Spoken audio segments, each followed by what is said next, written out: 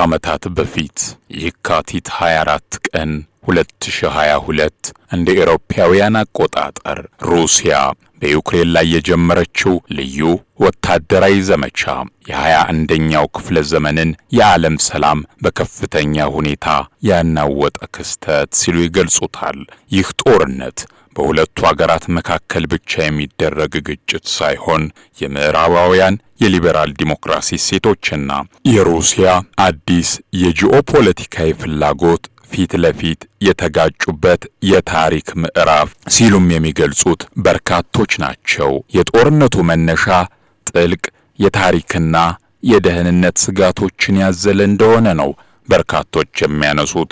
ሩሲያ የሰሜን አትላንቲክ ጦር ቃል ኪዳን ድርጅት ኔቶ ወደ ምስራቁ አቅጣጫ መስፋፋት ለደህንነቴ ስጋት ነው በሚል ስትቃወም ቆይታለች። በሌላ በኩል ዩክሬን ሉዓላዊነቷ እንዲከበርና የራሷን የፖለቲካ አቅጣጫ ወደ አውሮፓ ሕብረትና ኔቶ መጠጋት የመምረጥ መብቷ እንዲጠበቅ ትሟገታለች። ይህ የአመለካከት ልዩነት ወደ መጠነ ሰፊ ጦርነት ተቀይሮ ዛሬ አውሮፓን በእጅጉ እያሳሰባት ይገኛል። ጦርነቱ በተጀመረ ማግስት ሩሲያ ዋና ከተማዋን ኪየቭን በፍጥነት ለመቆጣጠር ያደረገችው ሙከራ ከከሸፈ በኋላ ውጊያው ወደ ምስራቃዊው የዶንባስ ክልልና ደቡባዊ ዩክሬን አቅጣጫ ፊቱን አዞረም። በአሁኑ ወቅት ውጊያው ልክ እንደ አንደኛው የዓለም ጦርነት መሬት በመቆፈርና የፊት ለፊት ግንባርን በመከላከል ላይ የተመሰረተ ሆኗል። ይህ ጦርነት የድሮኖች ጦርነት ተብሎም ሊጠራ ይችላል። እስከ ረቂቅ ሚሳኤሎች ድረስ የሁሉንም ወገኖች ወታደራዊ አቅም እየፈተኑ ይገኛሉ። ዩክሬን ምንም እንኳን ጠንካራ የባህር ኃይል ባይኖራትም በርካታ የሩሲያ የጥቁር ባህር መርከቦችን በድሮንና በሚሳኤል በመምታት የባህር ላይ እንቅስቃሴን ለማስጠበቅ ችያለው ስትል ትገልጻለች። ዩክሬን እስካሁን መከላከል የቻለችው ከምዕራባውያን በተለይም ከአሜሪካ ከእንግሊዝና ከጀርመን በሚፈስላት በቢሊየን የሚቆጠር ዶላር የወታደራዊ እርዳታ እንደሆነ የሚያነሱ በርካቶች ናቸው። ሆኖም ይህ ድጋፍ በምዕራባውያን አገራት የውስጥ ፖለቲካ ምክንያቶች መዘግየቶች ሲያጋጥሙት ዩክሬን በግንባር ላይ ፈተናዎች ይገጥሟታል። በሌላ በኩል ሩሲያ በታሪክ ታይቶ የማይታወቅ የኢኮኖሚ ማዕበል ቢጣልባትም ኢኮኖሚዋን ወደ ጦርነት ኢኮኖሚ በመቀየርና ከቻይና፣ ሰሜን ኮሪያና ኢራን ጋር ያላትን ግንኙነት በማጠናከር ጦርነቱን የመቀጠል አቅም አለኝ እያለች ትገኛለች።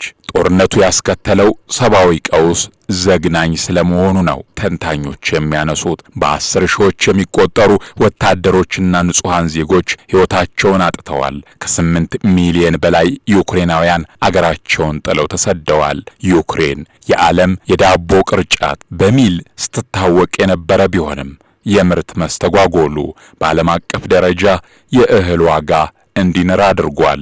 በተመሳሳይ ሩሲያ ለአውሮፓ የምታቀርበውን ጋዝ ማቋረጧ በአህጉሪቱ ላይ የኃይል ቀውስ አስከትሏል። ተንታኞች እንደሚሉት ጦርነቱ አሁን ላይ የመበላለጥ ጦርነት ደረጃ ላይ ደርሷል። ማንም ወገን በአጭር ጊዜ ውስጥ ወታደራዊ ድል ሊቀዳጅ የሚችልበት እድል ጠባብ እንደሆነ ነው የሚያነሱት። ጦርነቱ ሳይቆም ግን ደግሞ ትልቅ የግዛት ለውጥ ሳይኖር ለዓመታት ሊቀጥል ይችል ይሆን ሲሉም ይጠይቃሉ።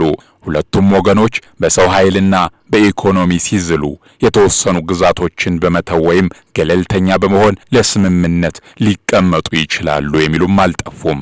ዛሬም ቢቢሲ በፊት ገጹ ላይ እንዳስነበበው የሩሲያ ኃይሎች በዩክሬን ኩርስክ ግዛት መጠነ ሰፊ የመልሶ ማጥቃት ዘመቻ ጀምረዋል። የሩሲያ መከላከያ ሚኒስቴር እንዳስታወቀው ወታደሮቻቸው ባለፈው ነሐሴ ወር በዩክሬን ተይዘውባቸው የነበሩ 10 መንደሮችን ማስለቀቅ ችለዋል። የዩክሬኑ ፕሬዝዳንት ቮሎዲሚር ዜሌንስኪ ሩሲያ በኩርስክ ክልል መልሶ ማጥቃት መጀመሯን አረጋግጠዋል። ሆኖም ይህ እርምጃ ዩክሬን አስቀድማ ካቀደችው ወታደራዊ ዕቅድ ጋር የሚሄድ መሆኑን ገልጸዋል። ሩሲያ በምዕራብ ኩርስክ በሚገኘው የዩክሬን ይዞታ ላይ ከፍተኛ ጥቃትን የሰነዘረችው።